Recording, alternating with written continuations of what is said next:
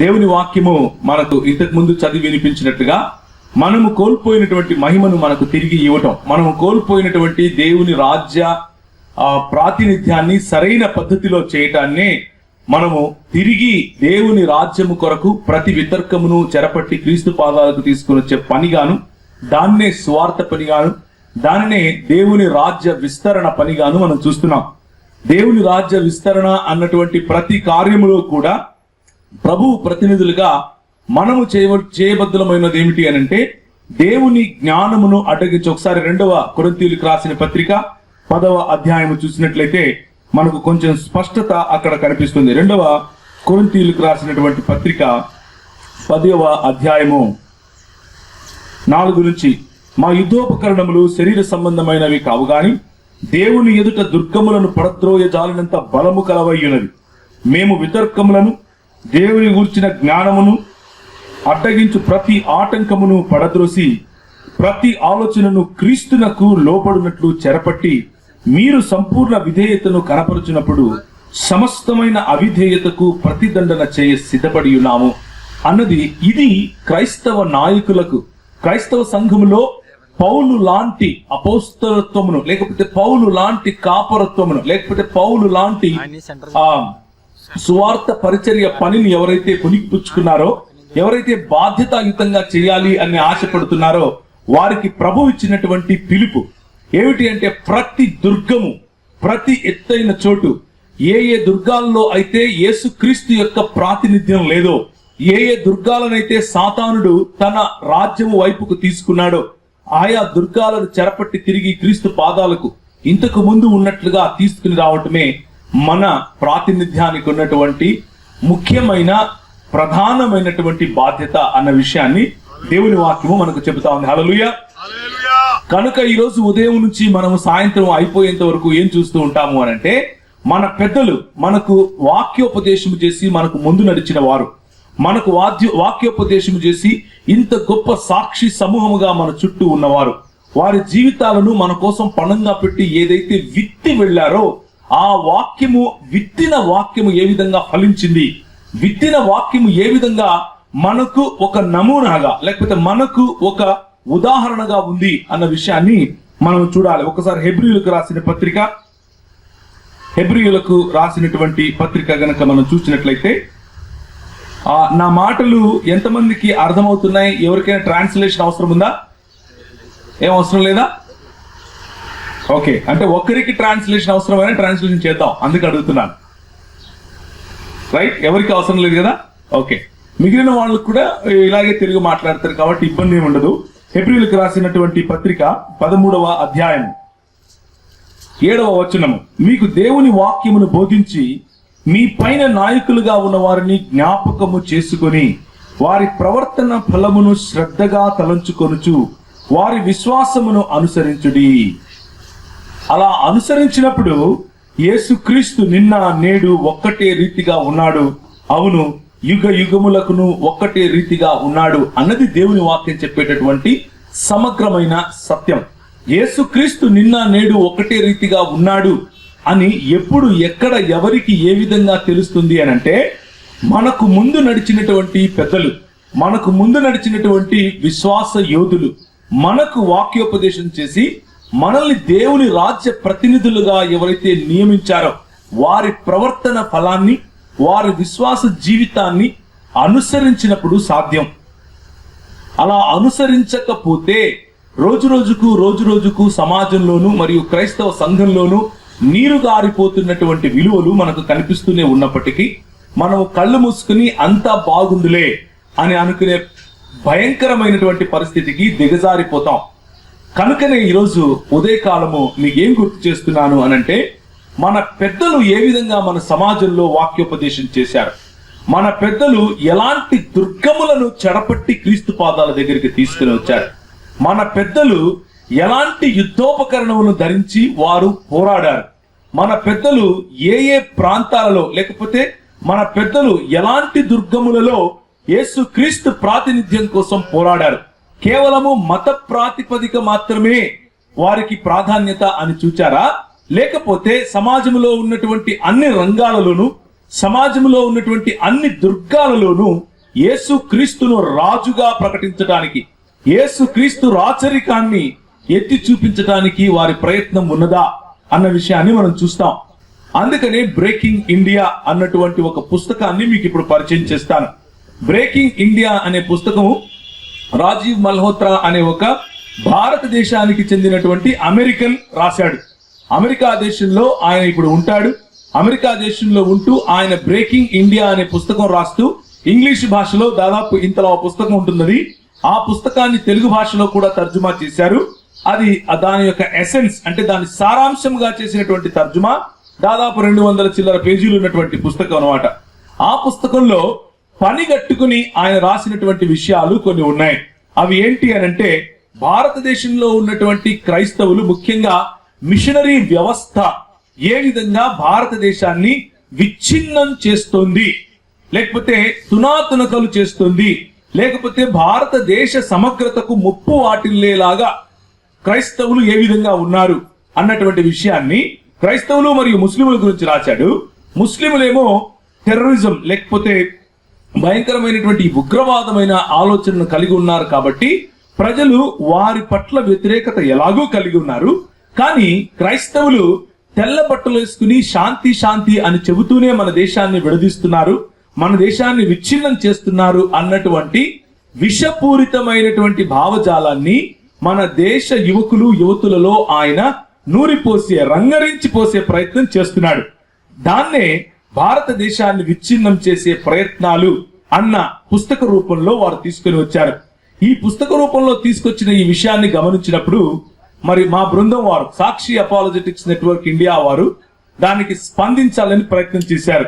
నేను, నా మిత్రుడైనటువంటి Jerry Thomas గారు, అలాగే నరేంద్ర సాహు గారు మేము కలిసి ఒక ఈమెయిల్ రాశాం. ఒక ఈమెయిల్ రాసి ఆయనకి, అయ్యా మీరు రాసినటువంటి పుస్తకం మేము చదివాము, అందులో మీరు వాడినటువంటి చరిత్ర, మీరు ఉపయోగించినటువంటి చరిత్ర పుస్తకాలు, మీరు ఇచ్చినటువంటి తర్కము కూడా లోపభూయిష్టంగాను చరిత్ర ఆధారాలు లేనిదిగాను ఉంది అన్నది మా అభిప్రాయం.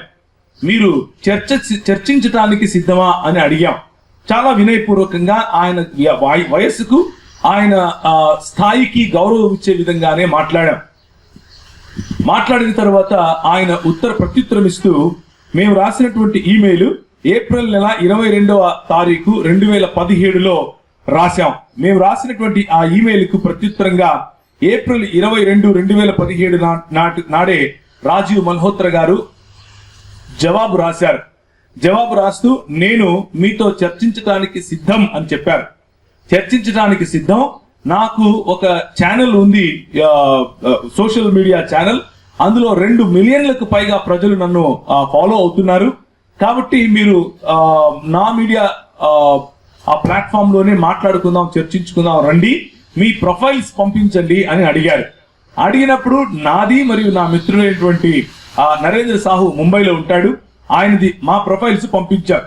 మా ప్రొఫైల్స్ లో మేము పాస్టర్లము కాదు, మేము దాన్ని ఏమంటారు, మాకంటూ పెద్ద పెద్ద దాన్ని ఏమంటారు పదవులు అవి ఇవి లేకపోయినప్పటికీ మేము చేసినటువంటి పరిచర్య, మేము ఏ పరిచర్యలో అయితే ఇన్వాల్వ్ అయి ఉన్నామో ఆ డీటెయిల్స్ ఇచ్చి మా వెబ్సైట్ల యొక్క అడ్రస్లు ఇచ్చి పంపించాం.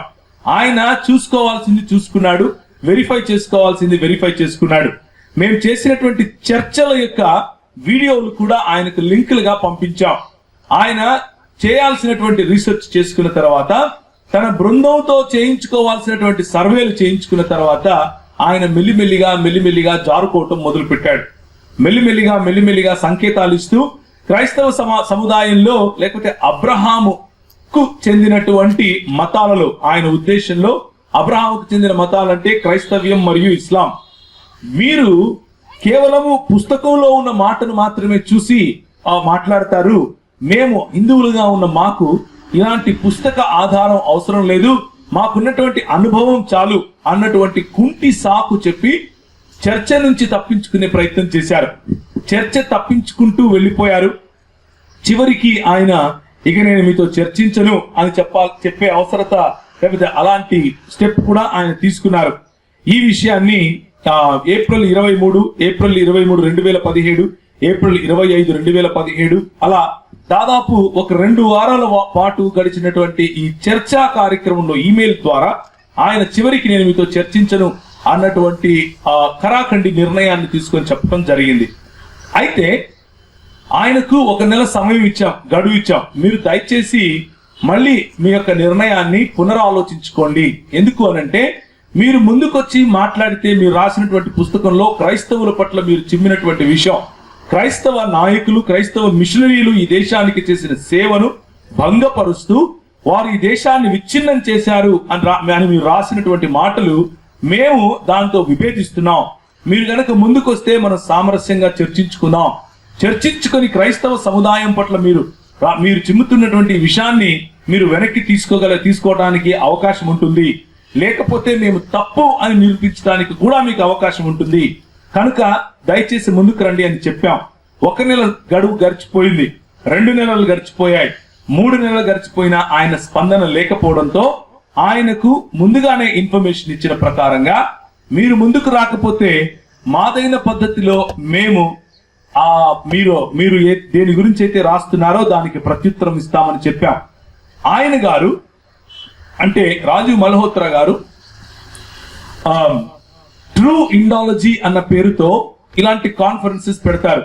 ట్రూ ఇండాలజీ అన్న పేరుతో పెట్టేటటువంటి కాన్ఫరెన్సెస్ లో ఆయన క్రైస్తవుల పట్ల విషయాన్ని, క్రైస్తవులు ఏ విధంగా ఈ దేశానికి విచ్ఛిన్న శక్తులుగా ఉన్నారు అన్న విషయాన్ని గట్టిగా చెబుతూ సుబ్రహ్మణ్యం స్వామి, తర్వాత బీజేపీలో ఉన్నటువంటి నాయకులు, తర్వాత ఆర్ఎస్ఎస్ లో ఉన్నటువంటి నాయకులు, విశ్వ హిందూ పరిషత్ కు సంబంధించిన వారు, అలాగే బజరంగ్ దళ్ కు సంబంధించిన వారు, ఇలాంటి వారి భావజాలం మాత్రమే భారతదేశానికి గౌరవం తెచ్చేటటువంటి భావజాలం అన్న ఉద్దేశంతో ఆయన మాట్లాడుతూ చాలా సార్లు భారతదేశంలో ఉన్న క్రైస్తవులను మరియు ముస్లింలను చిన్న చూపు చూసే ప్రయత్నం చేశారు.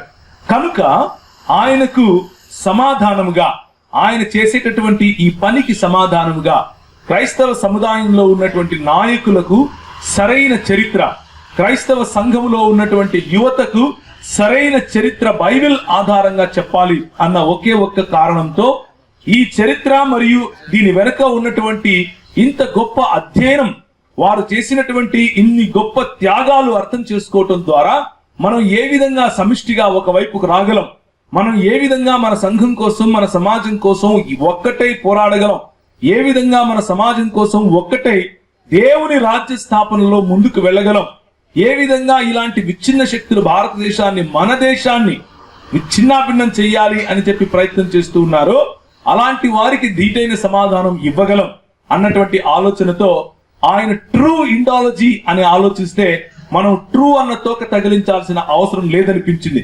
ఎందుకు అనంటే ఉన్న చరిత్ర ఉన్నది ఉన్నట్లుగా మనం చెబితే చాలు. ఈరోజు వారు చేస్తున్నటువంటి ప్రయత్నం ఏమిటి అనంటే చరిత్రను వక్రీకరిస్తున్నారు.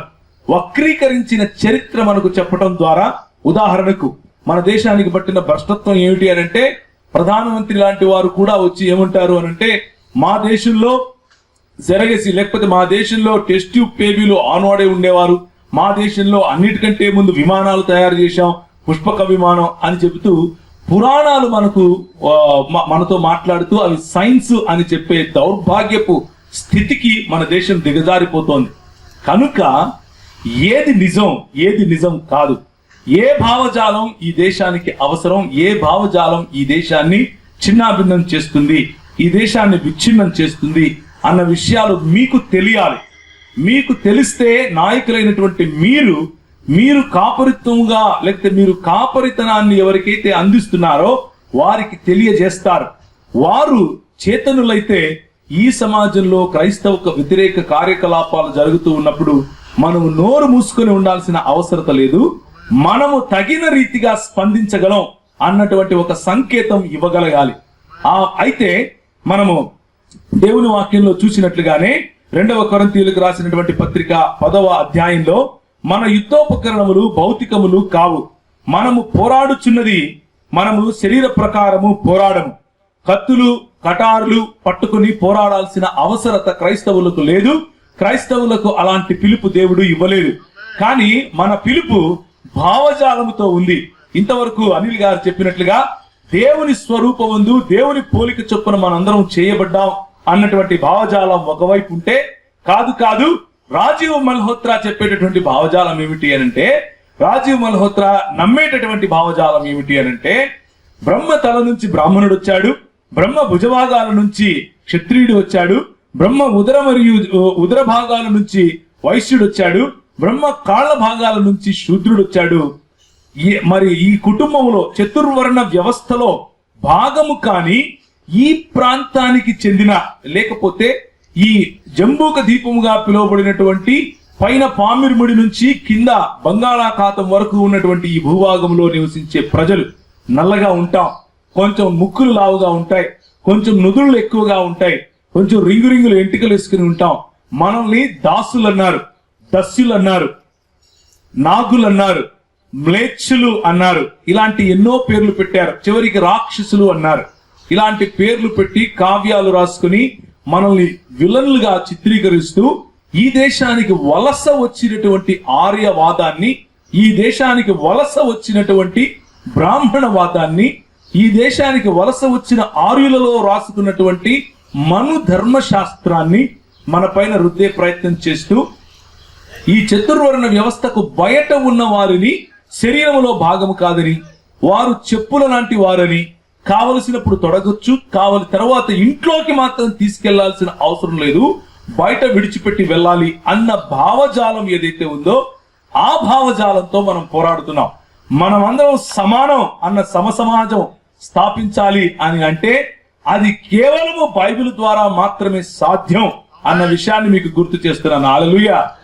అంతేకాని మన దేశ రాజ్యాంగం ఏ విలువల మీద అయితే కట్టబడిందో, మన దేశ రాజ్యాంగాన్ని ఇచ్చినటువంటి రాజ్యాంగ రచయితల కమిటీ ఏ విలువలనైతే ఆశ్రయించిందో ఆ విలువలు కేవలం 66 పుస్తకాలు ఉన్నటువంటి బైబిల్ నుంచి వస్తాయే కానీ ఈ దేశంలో పుట్టినటువంటి పుక్కిట పురాణాలు, ఈ దేశంలో రాసుకున్నటువంటి ధర్మశాస్త్రాలు, అవి మనుధర్మశాస్త్రం కావచ్చు, పరాశర స్మృతి కావచ్చు, లేకపోతే ఈ దేశంలో పుట్టినటువంటి గీత కావచ్చు, ఇంకేదైనా కావచ్చు, వాటిలో ఉన్నటువంటి విలువల కారణంగా ఈనాడు మనం బ్రతకాల్సిన అవసరం లేదు అని మన రాజ్యాంగ కర్తలు నిర్ణయిస్తే, ఈరోజు ఎందుకని వీరు తట్టుకోలేకపోతున్నారు అని అంటే, ఈ ఆధునిక మనువాదులు, ఆధునిక బ్రాహ్మణవాదులు, ఈ రాజీవ్ మల్హోత్రా లాంటి కుహనా మేధావులు, వారికి ఉన్నటువంటి ఒకే ఒక అజెండా ఏమిటి అని అంటే, మన దేశంలో కోల్పోయినటువంటి మనుధర్మ శాస్త్రాన్ని తిరిగి తీసుకురావాలి,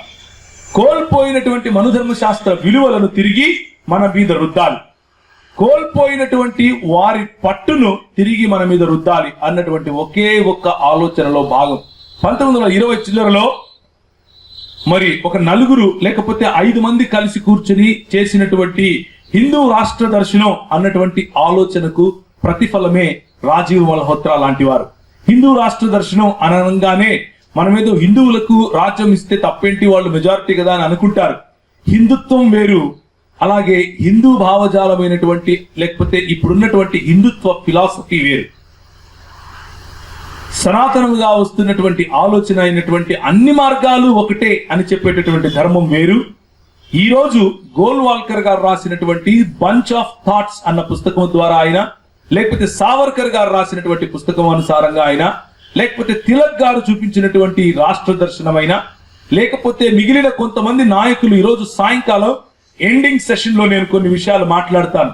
ఏ నాయకులైతే గాంధీ పుట్టిన దేశం, రఘురాముడు ఏలిన రాజ్యం, ఇది సమతకు మమతకు సంకేతం అంటూ పాటలు రాసుకుని మన మీద అబద్ధాలు రుద్దారో, అలాంటి వారి బట్టబాయిలు చేస్తాను ఈరోజు సాయంకాలం. ఇది గాంధీ పుట్టిన దేశమే కానీ నీకు నాకు గాంధీకి ఉన్నటువంటి గౌరవం ఎందుకు లేదు అనే ప్రశ్నను మనం ఆలోచించాలి. రఘురాముడు ఏలిన రాజ్యం అని అంటున్నారు, రాముడు ఏలిన రాజ్యంలో శంభుకుని పరిస్థితి ఏంటో మనం ఆలోచించాలి. రాముడు ఏలిన రాజ్యంలో సమత ఎక్కడ ఉంది అని ప్రశ్నించటమే ఇండాలజీకి ఉన్నటువంటి ప్రాముఖ్యమైనటువంటి ఉద్దేశం. రాముడు ఏలిన ఈ రాజ్యంలో మమత ఎక్కడ ఉంది అని ప్రశ్నించడమే ఇండాలజీకి ఉన్నటువంటి ముఖ్యమైన ఉద్దేశం. అదే ఈ రోజు చూస్తాం. మొదటి సెషన్ నుంచి ఆఖరి సెషన్ వరకు మనం మీకు ప్రశ్నించటానికి టన్నులకు టన్నులు ఇన్ఫర్మేషన్ దొరుకుతుంది. మీరు దాన్ని భద్రంగా రాసుకోండి, భద్రంగా రికార్డ్ చేసుకోండి. రికార్డ్ అవుతున్నటువంటి ఈ వీడియోస్ కూడా మన ఛానల్లో లేకపోతే మన యూట్యూబ్ ఛానల్లో ఉంటాయి. మీరు నోట్ చేసుకున్న ఇన్ఫర్మేషన్ అది మీ దగ్గర పెట్టుకోండి. ఒకవేళ నోట్ చేసుకోలేకపోతే కూడా ఈ వీడియోస్ ద్వారా ఆ ఇన్ఫర్మేషన్ మీకు దొరుకుతుంది కాబట్టి పెద్దగా చింతపడాల్సిన అవసరం లేదు. కనుక మొదటిదిగా, ఈ దేశాన్ని విచ్ఛిన్నం చేశారా క్రైస్తవులు అన్న ప్రశ్నకు సమాధానం మనం చూస్తాం. అవును, చేశాం అన్నదే సమాధానం.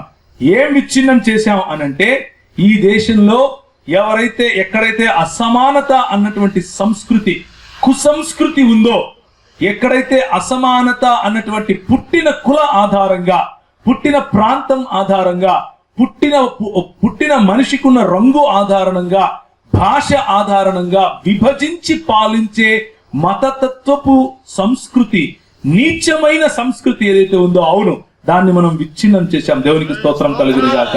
ఈరోజు ఒక బ్రాహ్మణుడైనా, క్షత్రియుడైనా, వైశ్యుడైనా, శూద్రుడైనా, లేకపోతే పంచముడని నువ్వు ఎవరైతే పిలుస్తున్నావు వారైనా సరే, ఒక్క పండాల కింద కూర్చుని యేసు క్రీస్తును రాజుగా ఈరోజు ఎన్నుకుని మరి ఆరాధిస్తున్నారు అనంటే, ఈ 66 పుస్తకాలు ఉన్నటువంటి బైబిల్ ఇచ్చేటటువంటి ఒకే ఒక్క భావజాలం, అది తప్ప ఇంకొక భావజాలం మనల్ని కలపలేదు అని చెప్పే ప్రయత్నం ఈ రోజంతా మీరు చూస్తారు. అదే నిజంగా ఇండాలజీకి ఉన్నటువంటి అసలైన ప్రాధాన్యత, అసలైనటువంటి వ్యూహం మనది అదే. మొట్టమొదటిగా మనం భారతదేశాన్ని విచ్ఛిన్నం చేశాం. కానీ ఏ భారతదేశాన్ని విచ్ఛిన్నం చేశామంటే, విభజించి పాలించు అన్న ఆలోచన ఉన్నటువంటి భారతదేశాన్ని విచ్ఛిన్నం చేశాం. సామదాన భేద దండోపాయాలు సృష్టించి, ప్రజల మధ్యలో కల్లోలాలు సృష్టించి కొన్ని వేల సంవత్సరాలు మనల్ని విభజించారు చూసారా, అలాంటి సంస్కృతిని విచ్ఛిన్నం చేశాం. అవును, చేశాం.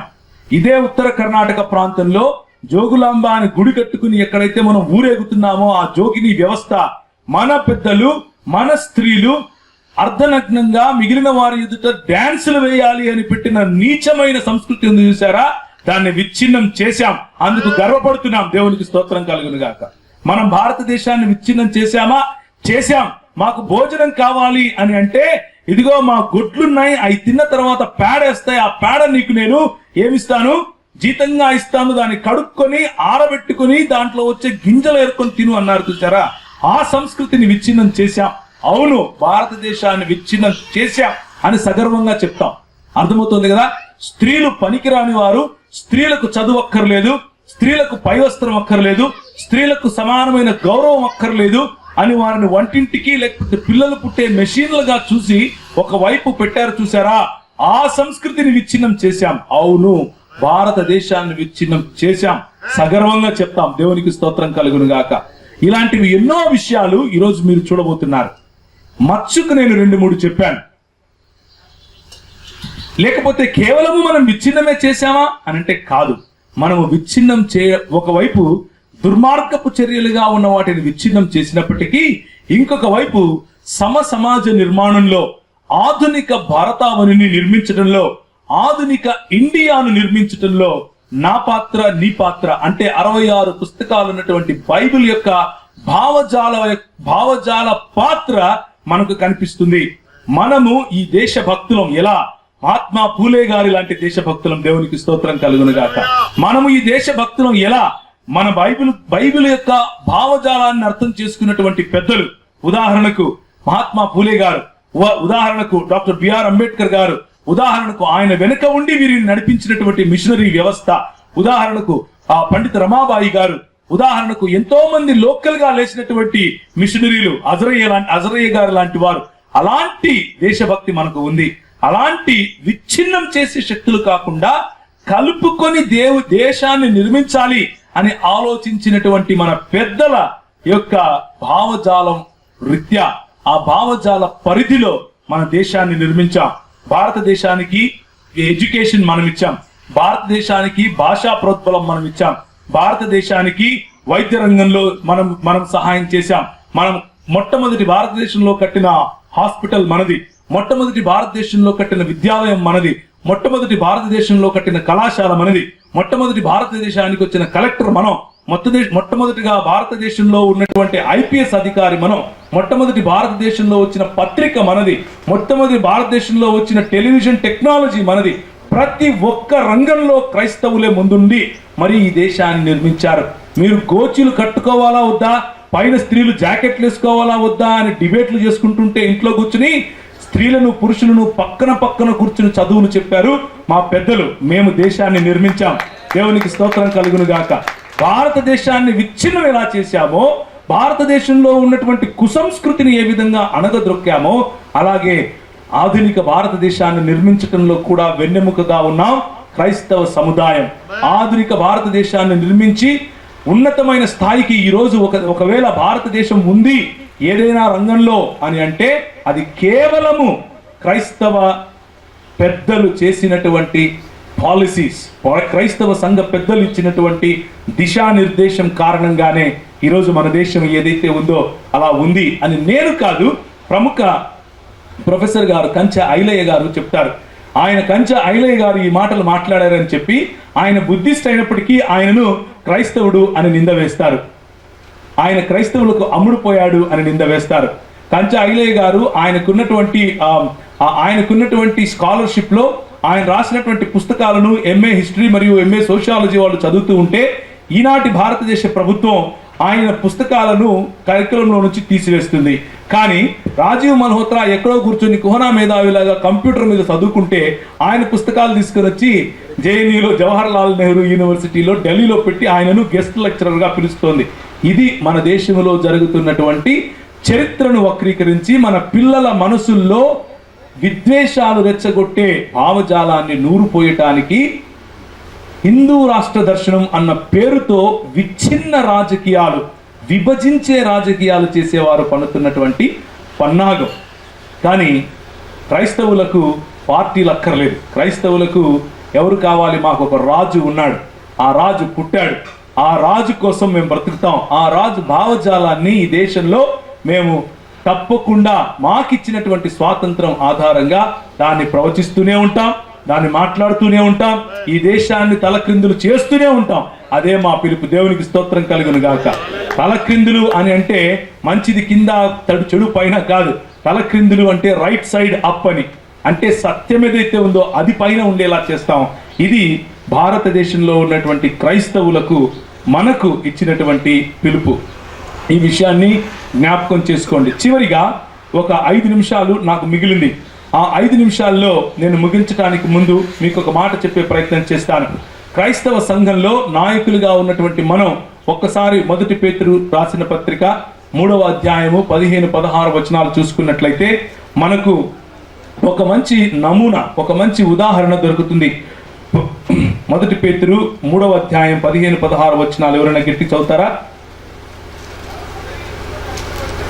నిర్మలమైన మనస్సాక్షి గలవారై మీలో ఉన్న నిరీక్షణను గూర్చి మిమ్మును హేతువు అడుగు ప్రతి వానికిని సాత్వికముతోను భయముతోను సమాధానము చెప్పుటకు ఎల్లప్పుడూ సిద్ధముగా ఉండుడి. ఇది ప్రభువు మనకిచ్చినటువంటి ఆజ్ఞ అన్న విషయాన్ని మీకు జ్ఞాపకం చేస్తున్నాను. 2వ కొరింథీయులకు రాసిన పత్రిక 10వ అధ్యాయం మీరు ఇంతకు ముందే చదివారు. అందులో ఉన్నట్లుగా దేవుని జ్ఞానమును అడ్డగించు ప్రతి ఆలోచనను చెరపట్టి క్రీస్తు పాదముల దగ్గరికి తీసుకొని రావటం, ప్రతి దుర్గాన్ని పడద్రోయటం మనకు ఇచ్చినటువంటి ఆజ్ఞగా నేను మీకు చెప్పాను. భావజాల వ్యతిరేకత, భావజాలం ఏదైతే క్రైస్తవ భావజాలాన్ని అడ్డగిస్తోందో, క్రైస్తవులు ఏ రాజ్యానికైతే ఏ భావజాలానికైతే ప్రాతినిధ్యం వహిస్తూ ఒకే దేవుడు, ఒకే సమాజం, ఒకే సంఘం, ఒకే మానవత్వం అని ప్రకటిస్తున్నామో ఆ భావజాలానికి స్త్రీ పురుషుడన్న భేదం లేదు, కుల వ్యవస్థ అన్నటువంటి భేదం లేదు, వర్ణం అన్న భేదం లేదు, ప్రాంతం అన్న భేదం లేదు.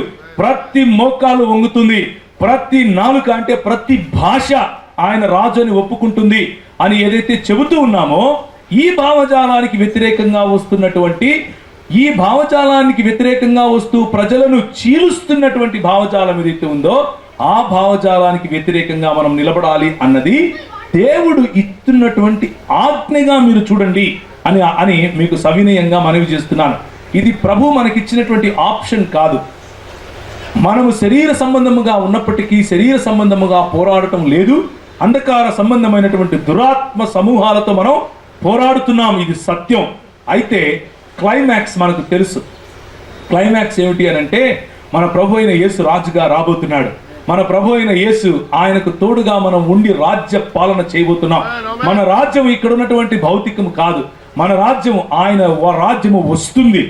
చాలాసార్లు సంఘంలో మనము ప్రకటించేటటువంటి మన నిరీక్షణ ఏమిటి అని అంటే, 1 పేతురు 3:15-16 మీరు చదివినట్లుగా, మీ నిరీక్షణను బట్టి హేతువు అడిగిన ప్రతి వానికిని, అంటే మీరు శ్రమలకు లోనవుతున్నారు, మీరు చావడానికైనా సిద్ధపడుతున్నారు, కానీ మీరు చేసే పరిచర్య ఆపటం లేదు. చక్రవర్తి ఒకవైపు మిమ్మల్ని హింసిస్తున్నాడు, సంఘముగా ఉంటూ మీరు చదరిపోతున్నారు, భయపడిపోతున్నారు, కానీ యేసును గురించినటువంటి ఈ సమాచారం మాత్రం ఆపటం లేదు. ఇంతకు ఎందుకు ఇలా చేస్తున్నారు, ఏంటి మీకున్నటువంటి ధైర్యం అని అడిగితే, ఆ నిరీక్షణకు సమాధానం చెప్పటం కోసం, హేతువు అడిగిన ప్రతి వాడికి సమాధానం చెప్పటం కోసం, చిన్నైనా పెద్దయినా, స్త్రీ అయినా పురుషుడైనా పాలకుడైనా సరే, వాడి కళ్ళలో కళ్ళు పెట్టి చూసి మాట్లాడి సమాధానం చెప్పటానికి పౌలు ఏ విధంగా అయితే సిద్ధపడ్డాడో, అలా సిద్ధపడటం మనకు ప్రభువు ఇచ్చిన మ్యాండేట్, మనకు ప్రభు ఇచ్చిన ఆజ్ఞ అన్న విషయాన్ని జ్ఞాపకం చేస్తున్నాను. కనుకనే ఈరోజు మన దేశంలో ఇంత సమస్య భారతీయ క్రైస్తవ సముదాయం పైకి ఉన్నప్పటికీ, మనకున్న నిరీక్షణ ఏంటా? మనకున్న నిరీక్షణ, మనం చచ్చిపోయి ఆయన రాజ్యంలోకి వెళ్ళిపోతామనా? కాదు, అక్కడే మనం పొరపడుతున్నాం. మనం చచ్చిపోతే ఆయన రాజ్యం ఎలాగో వెళ్తాం, కానీ ఆయన నేర్పించినటువంటి ఆయన చిత్తం ఏమిటి అని అంటే, మీరు ఇలాగూ ప్రార్థన చేయండి. ఎలాగ ప్రార్థన చేయండి? పరలోకమందున మా తండ్రి, నీ నామము పరిశుద్ధపరచబడును గాక, నీ రాజ్యము వచ్చునుగాక అన్నది ఆయన నేర్పిస్తే, మన స్వార్థలు ఈ మధ్య మెల్లిమెల్లిగా మనకున్న నిరీక్షణ అయినటువంటి ఆయన రాజ్య స్థాపనను మర్చిపోయి, నేను చచ్చిపోతే నీ రాజ్యంలోకి పోనా అన్నటువంటి ఇండివిజువలిస్టిక్, చాలా సంకుచితమైన స్వభావం వైపుకు మెల్లిమెల్లిగా సువార్త వెళ్ళిపోతుందేమో మనం గమనించాలి. క్రైస్తవ సంఘ నాయకులం మనం. ఈ దేశంలో దేవుని రాజ్య స్థాపన నీ బాధ్యత, నా బాధ్యత. నువ్వు చేస్తున్నటువంటి వ్యాపార రంగంలో దేవుని రాజ్య స్థాపన నీ బాధ్యత, నా బాధ్యత. నువ్వు ఉంటున్నటువంటి సమాజంలో ఉన్న పొలిటికల్ రంగంలో నాయకత్వం నీ బాధ్యత, నా బాధ్యత. చదువు విషయంలో దేవుని రాజ్య స్థాపన నీ బాధ్యత, నా బాధ్యత.